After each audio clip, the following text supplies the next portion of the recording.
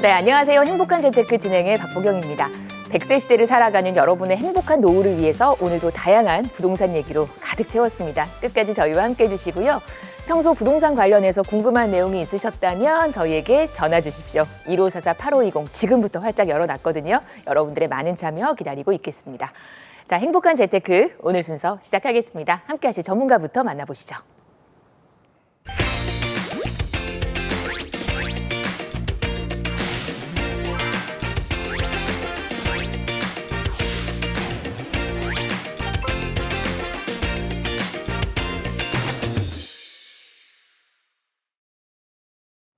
네, 저희 오늘은요 홍정기 전문가와 이 시간 함께하겠습니다. 네, 어서 오십시오. 네, 반갑습니다. 반갑습니다. 네, 자, 이제 슬슬 가을 이사철을 앞두고 지금 주거 시장의 임대차 시장 움직임이 좀 심상치 않아요. 자, 저희 행복한 재테크 끝까지 시청해 보시면서 이런 주거 시장의 흐름 한번 잘 파악해 보시기 바랍니다. 네. 시장의 흐름 저희와 함께 하시면서 면밀히 파악을 해보시기를 바라고요. 자, 그럼 이제 한 주 동안의 시장의 분위기도 저희가 한번 점검을 해봐야겠죠. 첫 번째 소식부터 보겠습니다. 서울의 아파트 시장이 대출 규제 이후로 좀 조용했었거든요. 근데 지난주에 분위기가 달라졌네요. 맞아요. 네, 내용을 조금 보자고요. 네. 자, 대출 규제 약발이 좀 끝났나? 서울 아파트값 상승세로 전환되었다라는 뉴스를 좀 볼 수 있습니다. 실제로 지난 6월 27일 주택담보대출 포함한 대출 규제 나왔죠. 자, 그 이후에 상당 부분 매매폭, 거래량은 많이 줄었고요. 특히나 매매 상승률 폭이 많이 줄었습니다.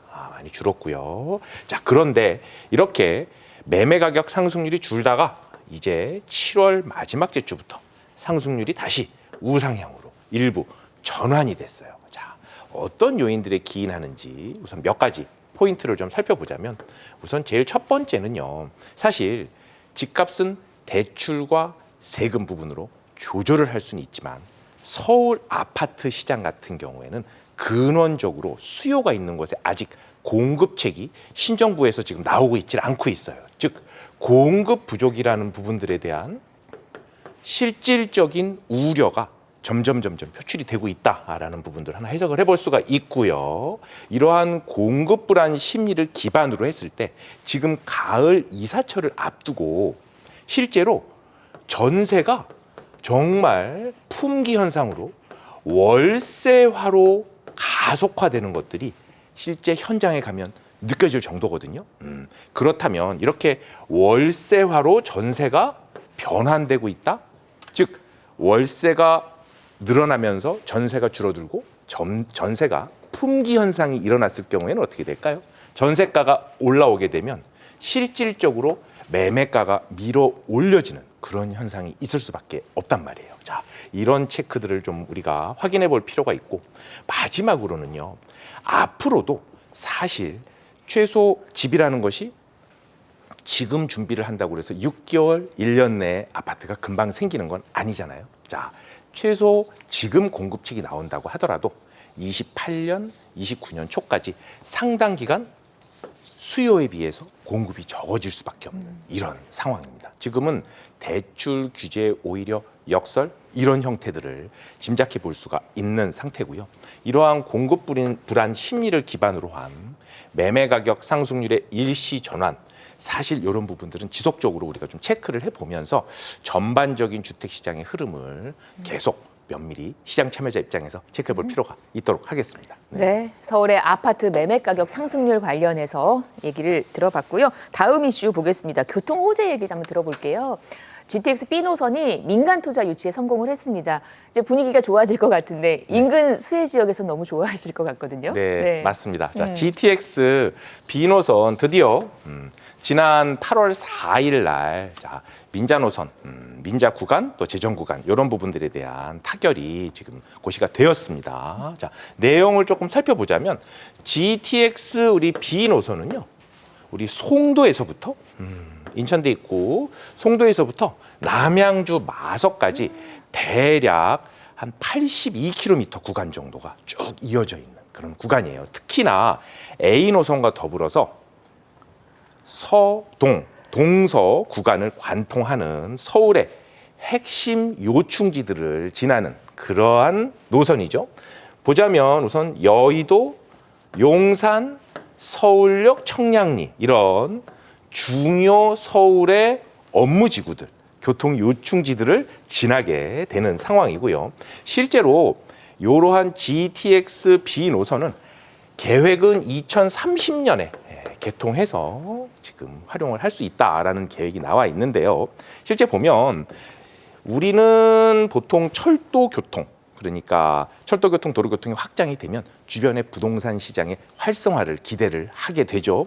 이런 상황에서 보자면 송도, 특히나 남양주 쪽에 약간 침체되었던 철도 교통의 불편함으로 인해서 침체되었던 부동산 시장의 어떤 활성화 움직임들을 한번 기대해 볼 수가 있을 거고요. 무엇보다 이런 중심 업무지구들, 서울역, 여의도, 용산, 청량리 같은 경우는 지금도 좋은데 앞으로가 더욱더 기대되는 움직임 우리가 예상해 볼 수 있을 것 같습니다. 이렇게 좀 정리해 보겠습니다. 네, 본 공사에 돌입한 GTX B 노선 관련해서 얘기 들어봤습니다. 저희 방송에서 언급된 부동산 관련 설명은 전문가 개인의 의견입니다. 투자하실 때는 나의 성향 잘 파악하시고 투자에 대한 판단은 본인의 몫이라는 점 기억하시기를 바랍니다. 네, 행복한 재테크 생방송으로 보고 계십니다. 비가 정말 많이 오는 수요일 오전입니다. 좀 편안하게, 안전하게 보고 계시는지요. 부동산 관련 궁금증 있으시다면 저희에게 전화 주셔서 좀 편하게 해결을 해보시기를 바랍니다. 1544-8520 많은 분들 전화 주고 계시는데 저희 이제 첫 번째 전화부터 연결해서 얘기를 들어보도록 하겠습니다. 네, 여보세요. 네, 여보세요. 안녕하세요. 반갑습니다. 네, 안녕하세요. 어떤 점이 궁금하실까요? 네, 제가 인천 송도에 살고 있어요. 네. 서울로 집을 알아보는데 가격이 너무 올라서 재개발 투자를 알아보고 있는데 네. 지인이 청량리 투자했다가 시세 차익을 봤다고 해서 관심 갖고 알아보다가 네. 지난주에 임장도 다녀왔어요. 네. 청량리 쪽에 투자할 만한 지역이나 미래 가치가 있는 곳이 어디를 보면 좋을지 가능한 금액은 2억 5천 전후 정도 됩니다. 2억. 거주는 계속 송도에서 하실 거고요. 네. 그리고 청량리 쪽에 이제 재개발 관련해서 2억 5천 정도의 여유 자금으로 투자할 만한 곳이 있을까? 청량리의 미래 가치가 궁금하다라는 말씀이신 거잖아요. 네. 네, 알겠어요. 저희 홍정기 전문가님 바꿔드릴 거니까 얘기 한번 들어보세요. 네, 시청자님 반갑습니다. 네, 안녕하세요. 네, 네. 임장도 다녀와 보셨어요? 네네. 네, 어느 쪽 주로 보셨을까요? 청량리 남쪽 전농도 구역도 보고 네. 밑에 답심리 쪽도 봤거든요. 아하. 남편은 코인이나 주식 쪽에만 관심이 있고 혼자 열심히 알아보고 있어요. 아, 네네, 그러세요. 자, 청량리 쪽 내용 지금 한번 검토 같이 해보시자고요. 자, 우리 청량리 쪽은 사실 우리 서울의 3도심, 그쵸? 자, 여의도 또 그리고 서울 중심의 업무지구인 광화문, 종로, 그리고 강남 이런 3도심과의 연결성, 교통이 지금도 좋은데 앞으로도 GTX 노선을 포함한 다수의 철도 교통이 연결되는 곳들입니다. 자, 내용을 좀 보자면 우선 청량리역 쪽은 그간 여러 체크들 또 내용들도 검토해 보셨겠지만 지금 청량리는 크게 우리가 한 5개 구역 정도로 한번 볼 수가 있을 것 같아요. 청량리역 위쪽으로 동대문 경찰서 위쪽으로 우리 미주 아파트 구역 쪽 볼 수 있을 것 같고요. 동대문 구청 쪽 아래쪽으로 우리 용두동 또 용두 신통기획 쪽 얘기 나오는 부분들도 있고요. 그리고 요 아래 말씀해 주셨던 답심리 쪽도 있지만 지금 얘기해 보고 있는 쪽들은 우리 요렇게 전농 우리 답심리 아래쪽으로 전농의 우리 전농동 14구역, 전농 14-1, 2, 3 이런 쪽으로 우리가 지금 활발하게 재개발 예정지들이 들어와 있죠. 실제로 동의서들을 체크를 하고 있는데 엄밀히 보면 이러한 재개발들은 크게 우리가 한 3가지 정도를 체크를 해볼 수가 있을 것 같아요. 첫 번째는 실제로 원래 청량리는 개포, 목동, 고덕처럼 택지로 공급을 해서 아파트가 들어갔던 지역이 아니라 저층 저밀로 구성되어 있던 일반 빌라촌, 그렇죠? 매우 노후되어 있던 지역이었는데 예시로 롯데캐슬, 또 청량리역, 한양, 수자인 그라시엘, 레미안 크레스티, 레미안 미디카운티 이런 부분들 전부 다 사실 저층 저밀 주거지가 고층 아파트로 탈바꿈을 하는 그런 계기란 말이에요. 그리고 이어서 두 번째로는 실제로 이런 사례들을 봤기 때문에 주민 동의율들이 실제 움직임들이 상당히 빠르고 확실하게 전개되는 부분들이 다른 재개발 지역하고는 조금 다른 점들이에요. 그리고 세 번째로는 노후도나 주변에 기반 재개발을 진행해야 되는 이런 여건들이 다 셋업이 돼 있는 그런 지역 중에 하나다. 그 중에서도 조금 관심을 가져보신다고 할 때는 역시 지금 시청자님 언급해 주신 것처럼 청량리역 요 앞쪽으로 보면 우리가 화이트 존이라고 해서 고밀도 복합 개발을 이루는 곳들이 지금 구역 지정이 이미 되어 있어요. 동대문구청하고 서울시에서도 이미 고시를 했고 어떤 의미일까요?